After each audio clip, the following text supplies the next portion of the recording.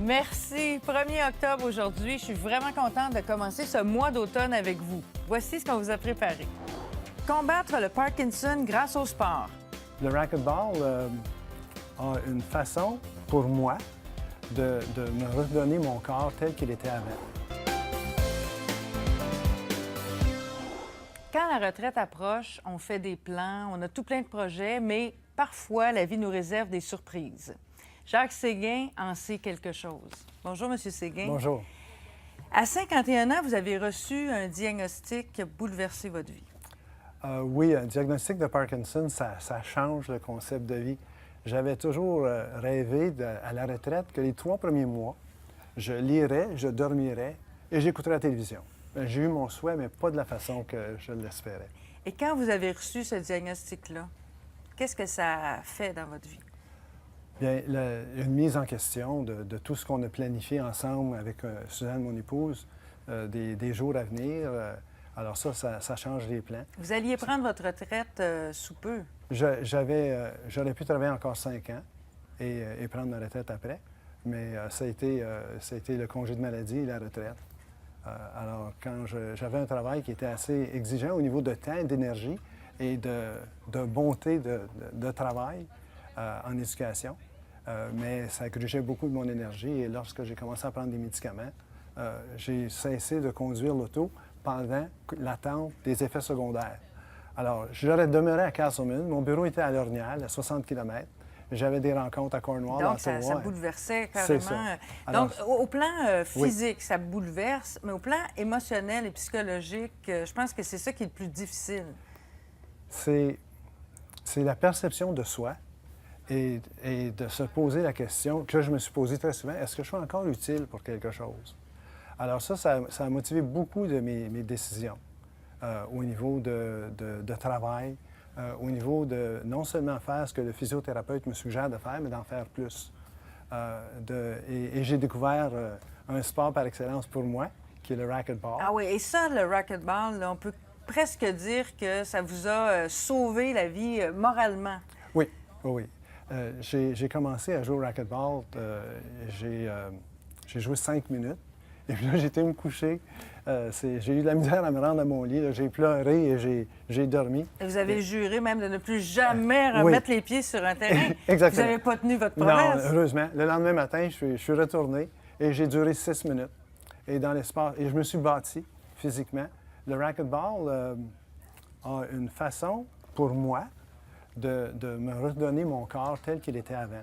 Alors, quand j'entre dans une salle de racquetball, souvent, je frappe la balle contre le mur. Je la frappe, je la manque, je la frappe, je la manque. Mais qu'est-ce qui se passe quand vous êtes sur un terrain de racquetball? Vous ne tremblez plus du tout? L'exemple que je pourrais donner, c'est comme si on est en canot sur un lac le matin et la buée se lève. À mesure que je frappe ma balle, je sens comme une buée qui s'appelle Parkinson qui sort de mon corps et qui s'en va. Et pendant la prochaine heure, je peux jouer au racquetball comme toute personne qui joue à un sport quelconque. C'est presque miraculeux. Oui, ça l'est. Par ma physiothérapeute à Ottawa, j'ai rencontré un gars qui s'appelle Carl qui fait du Parkinson. Et je l'ai invité à venir me rencontrer dans la salle de racquetball. Et les 10 premières fois qu'on a joué, après 5 minutes, il venait me voir en pleine face. Il s'arrêtait devant moi et il me disait en anglais, « Jacques, je me sens normal. » Alors là, pour moi, c'est mon petit cœur pouf, il battait parce que j'avais une utilité. Alors, j'ai plusieurs personnes maintenant que j'ai introduits au racquetball. Et pour les gens qui font du Parkinson, ça a des effets différents chez chacun.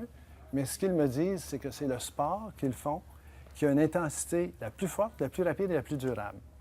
Alors, et il y a un impact, quand vous revenez chez vous, oui. après avoir joué au racquetball pendant 1 heure, oui. vous en retirez des bénéfices. Oui, ça peut durer plus longtemps. C'est comme si ça triplait l'effet de mes médicaments.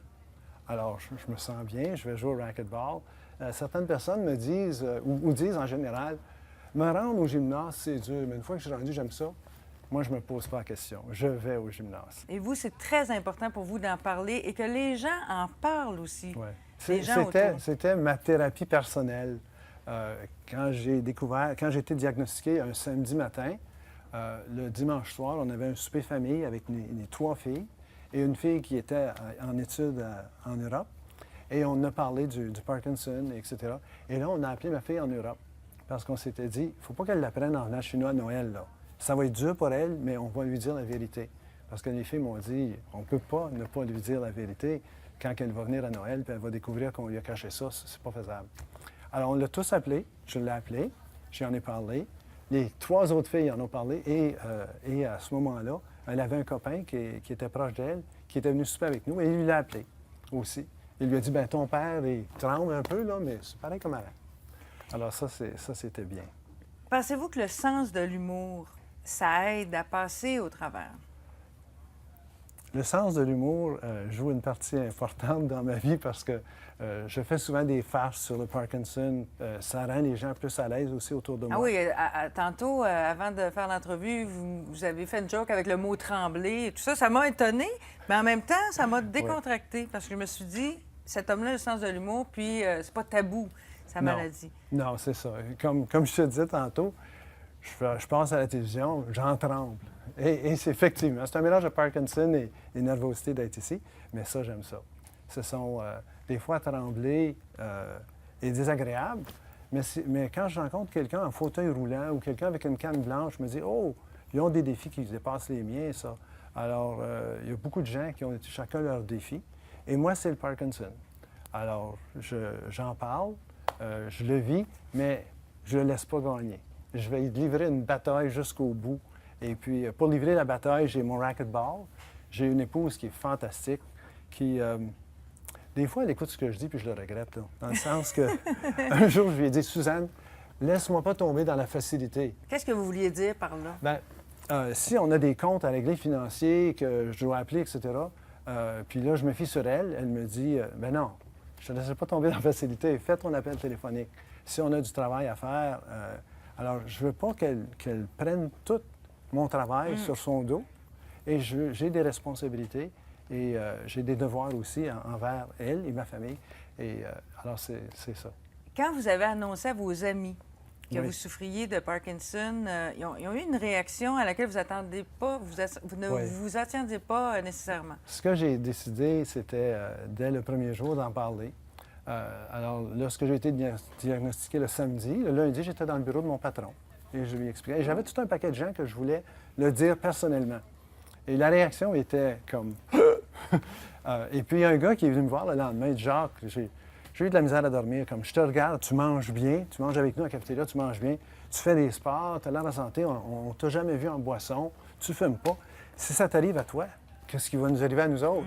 Ça les effrayait. Ouais, alors là, on règle ça, là. Le regard des autres, les gens qui ne vous connaissent Oui. pas et qui vous voient trembler, qu'est-ce que ça vous fait, vous? Dépendant du regard. Il y a des regards que je vois qui est une question. Oh, je connais ça. Est-ce que je devrais lui en parler ou ouvrir la porte? Il y a des regards qui ne savent pas si je suis médicamenté ou drogué.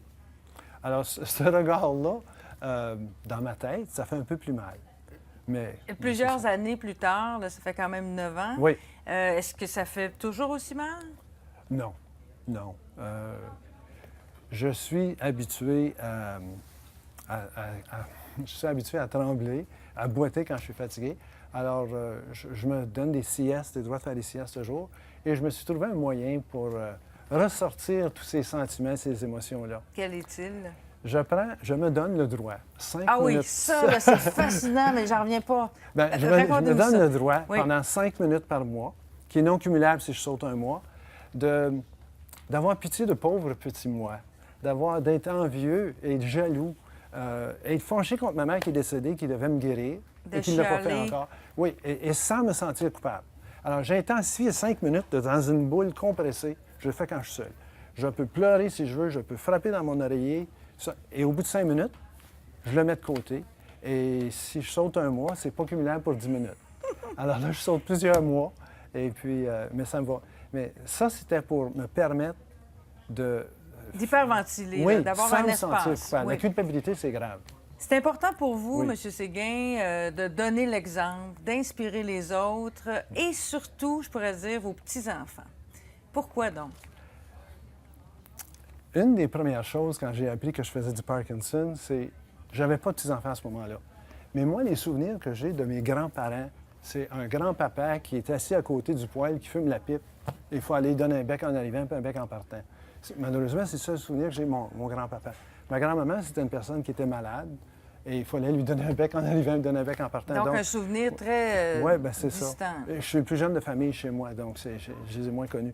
Alors, pour moi, même avant d'avoir eu des petits-enfants, je me préoccupais de est-ce qu'ils vont se souvenir d'un grand-papa qui est à côté du poêle, qui fume sa pipe, ou est-ce qu'ils vont se souvenir d'un grand-papa qui est actif? Et là, vous en avez plusieurs petits-enfants. Oui, il y en a 6. 6 Le petits-enfants. plus vieux a 7 ans. Et vous êtes venu avec vos petits-enfants. Oui, Avec 4 de vos petits-enfants qu'on va demander, on va vous demander de venir voir votre grand-papa, Juliette, Tristan, Cléa Sam. et Sam. Ben, Oui. Votre grand-papa, là, vous l'aimez beaucoup, hein? Faites-lui une grosse caresse. Alors, Là, je suis comblé. oui, Jacques, merci beaucoup. Et je vous souhaite une longue vie avec humour et avec passion. Comme, Mais avec eux autres. Oui, Puis il y en a 2 autres aussi qui sont plus jeunes. merci beaucoup. Merci.